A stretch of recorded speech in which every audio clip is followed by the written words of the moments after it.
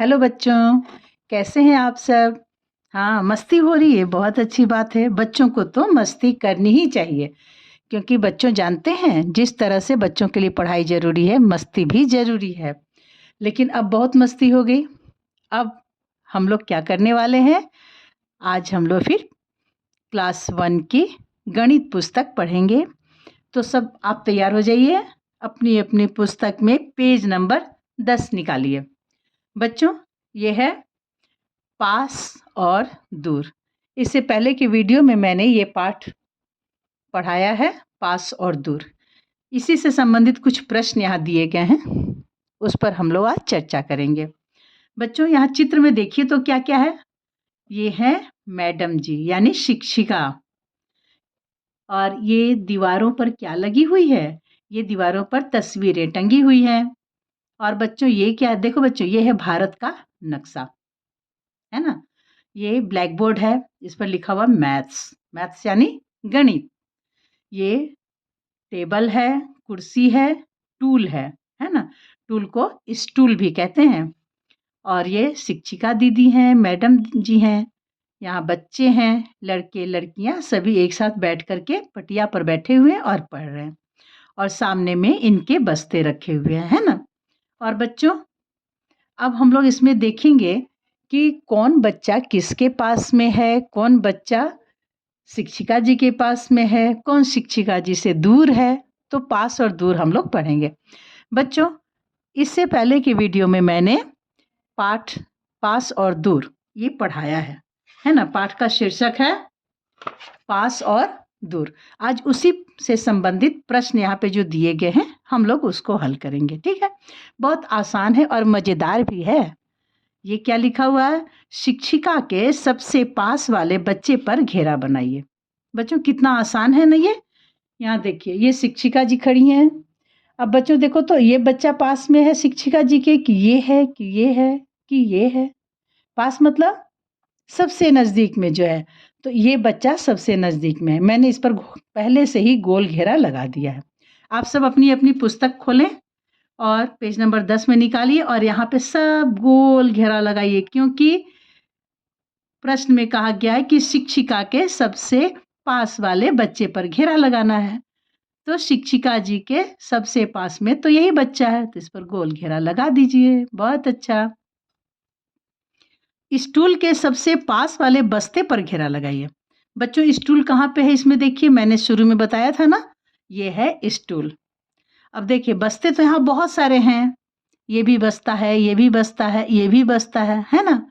लेकिन हमको ये भी बस्ता है, हमको किस बस्ते पर घेरा लगाना है, जो स्टूल के सबसे नज़दीक है।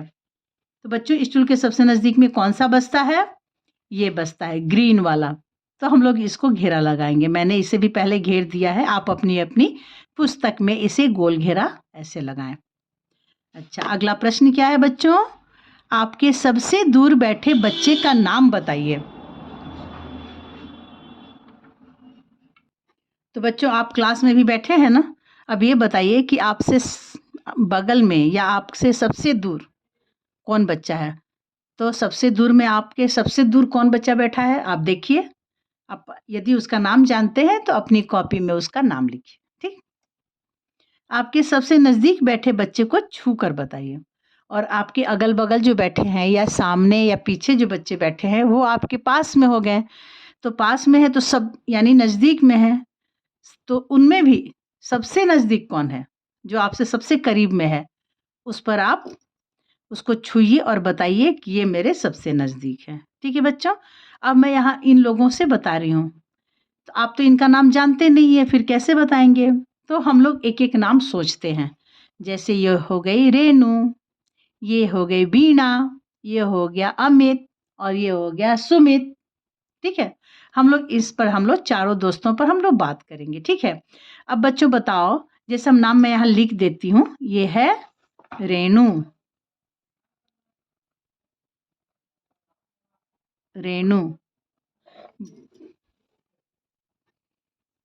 तो बच्चों, ये जो नाम लिखा हुआ है आप इसे पहचानिए, और मैं जब प्रश्न पूछूंगी तो आप अपनी अपनी कॉपी में इसका उत्तर लिखिएगा। जैसे रेणु के बगल में कौन कौन बैठा है बच्चों? देखिए तो रेणु के बगल में है अमित और सुमित। नहीं नहीं नहीं, सुमित तो दूर में है, बगल में नहीं है।